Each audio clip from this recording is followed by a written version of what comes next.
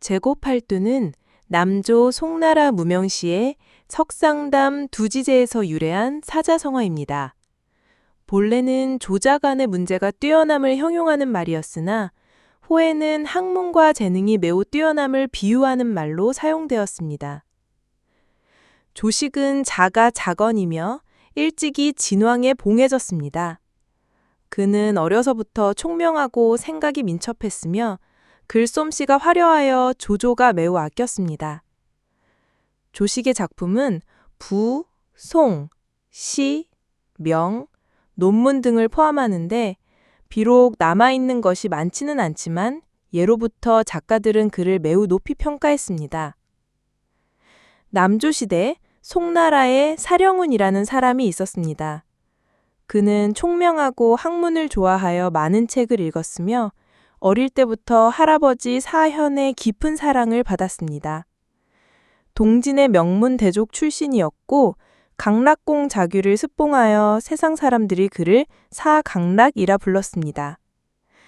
그는 공호의 신분이었지만 실권은 없었고 영가 태수로 파견되었습니다.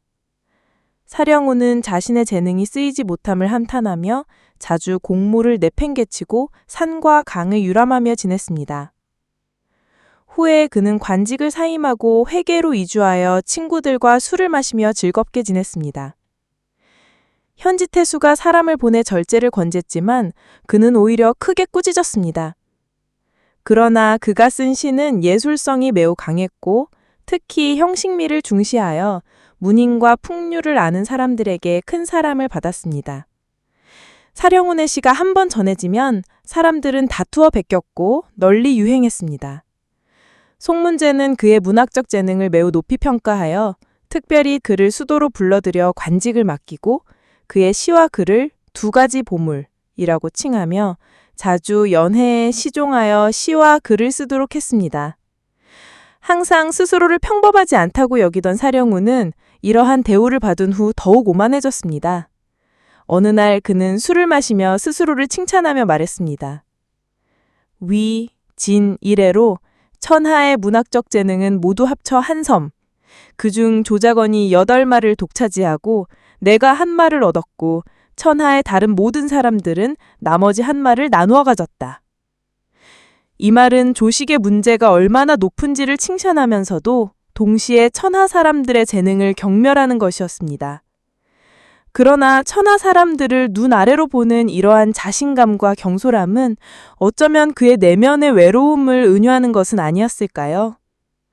이후 사람들은 조식을 팔두지제라고 불렀으며 동시에 학문이 높고 문제가 좋은 사람을 제고팔두라고 형용하게 되었습니다. 재주, 재능, 능력, 재간을 의미합니다. 고, 높을 고, 높다, 뛰어나다, 훌륭하다는 의미입니다. 8, 8, 숫자 8을 의미합니다. 여기서는 많다, 뛰어나다는 것을 강조하는 의미로 사용되었습니다. 말두, 곡식을 재는 용기인 말을 의미합니다. 예전에는 용량을 측정하는 단위로도 사용되었습니다.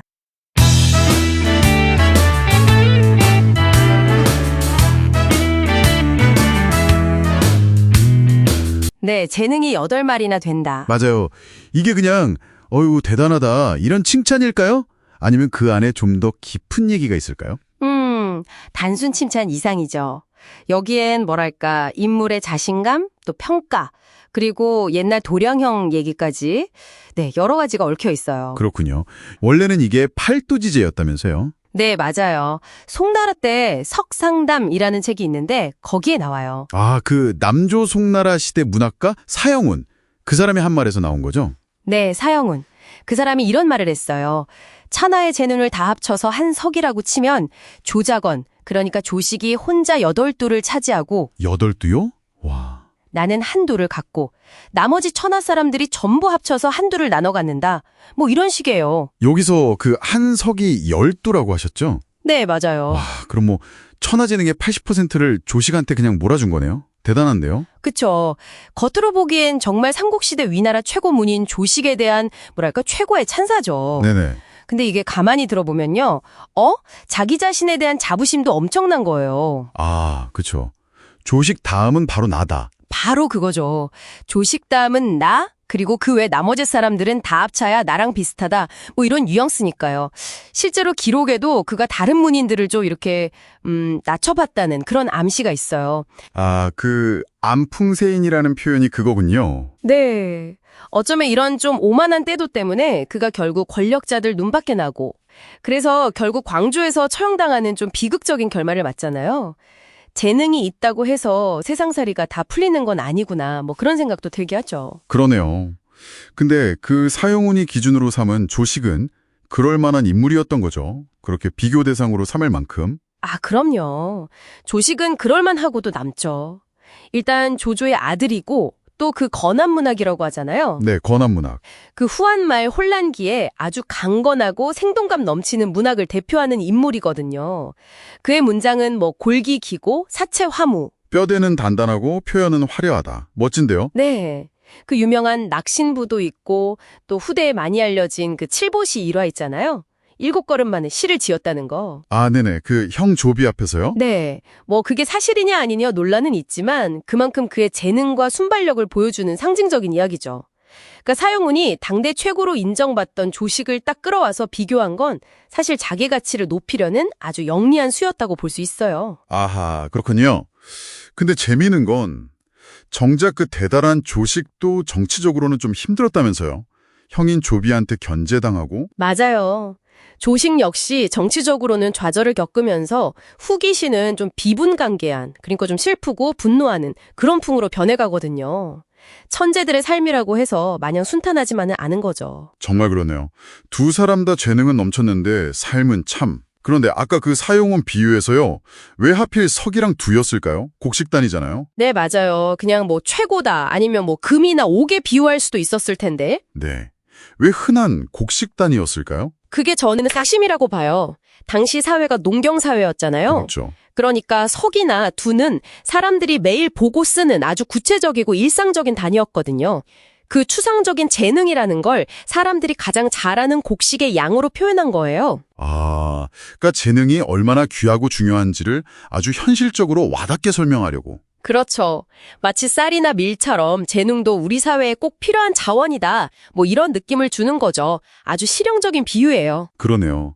단순히 뭐 재고만금, 돈이나 재고천척, 높이 같은 거창한 비유 대신에 이런 일상적인 단위를 쓰니까 오히려 더 설득력 있고 그래서 더 오랫동안 사람들한테 기억되고 공감을 얻었을 수도 있겠어요. 정확합니다. 바로 그 실용성, 구체성 덕분에 이 표현이 시대를 넘어서 살아남은 거죠. 그리고 시간이 지나면서 팔도지제보다는 재능이 높다는 의미를 더 강조한 재고팔도 형태로 더 많이 쓰이게 됐고요. 네. 이백이나 두보 같은 대단한 시인들도 조식의 영향을 많이 받았다고 하잖아요. 그런 것처럼 이 재고팔도라는 성어 자체도 계속 문학작품에 인용되고 하면서 오늘날까지 생명력을 이어온 겁니다. 자, 그럼 정리를 한번 해볼까요?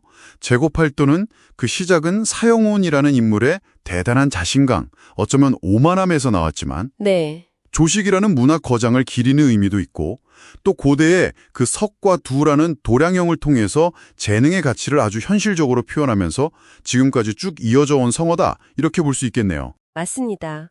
단순히 와, 저 사람 진짜 똑똑하다, 재능 많다 이걸 넘어서 그 안에는 한 인물의 자부심, 또 시대상, 심지어 운명까지 녹아있는 거죠. 듣고 보니 정말 그렇네요. 이제 이 말을 들으면 단순히 재능 많다는 뜻 이상으로 여러 가지가 떠오를 것 같습니다. 그렇죠. 결국 이성어는 우리가 재능을 어떻게 보고 또 어떻게 평가하는지에 대한 오랜 고민을 담고 있는 셈인데요. 여기서 한 걸음만 더 나아가서 이런 질문을 던져볼 수도 있을 것 같아요. 어떤 질문일까요? 우리가 재능을 이렇게 8말처럼 어떤 구체적인 양으로, 수치로 표현하려는 시도가 과연 우리의 이해를 넓히는 걸까요? 아니면 오히려 좀 한계를 짓는 걸까요? 아, 재능을 측정하려는 시도 자체가 갖는 의미와 한계. 네. 이게 다양한 형태의 뛰어남을 발견하게 도와줄지 아니면 우리도 모르게 그냥 특정 종류의 재능만 높이 평가하게 만드는 틀이 되는 건 아닐지 뭐 이런 것들을 한번 여러분께서 곱씹어 보시면 어떨까 싶습니다.